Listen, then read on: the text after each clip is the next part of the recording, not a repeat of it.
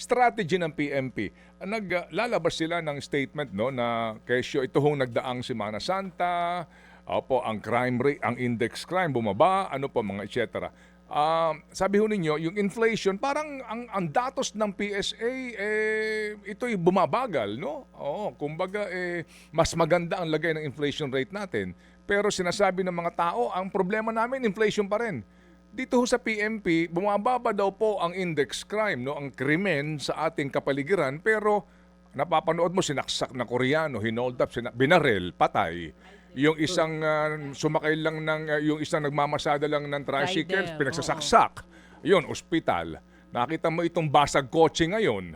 I mean, to be more pragmatic about this, parang hindi rin po sigurong makatotohanan yung sinasabi ng PNP na bumababa ang krimen pero ang amin nababalitaan at mapanood, puro krimen.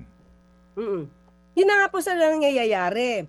Kaya yan din po yung pag-uusap namin sa mainstream kasi po, ang na-news talaga, yung mga isolated cases na tulad niyan. Kasi ako po, ngayon, paglabas ko sa bahay, wala naman ako nakikitang saksakan. Pagpunta ko dito sa palengke, wala naman ako nakikitang snatching.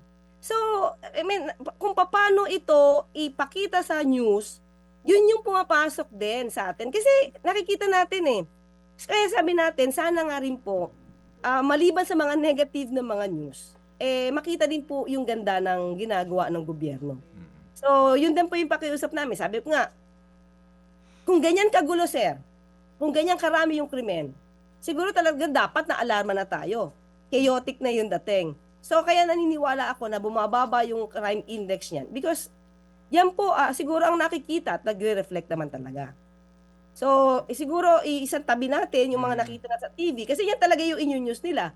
Isang beses na saksak, isang beses na buksan ng salamin, or binasag yung salamin, news yan. Pero hindi naman lahat ng lugar nagbabasag ng salamin yung mga tao para magnakaw. Opo. So, paano ho kaya yun, ma'am? Kung, kasi,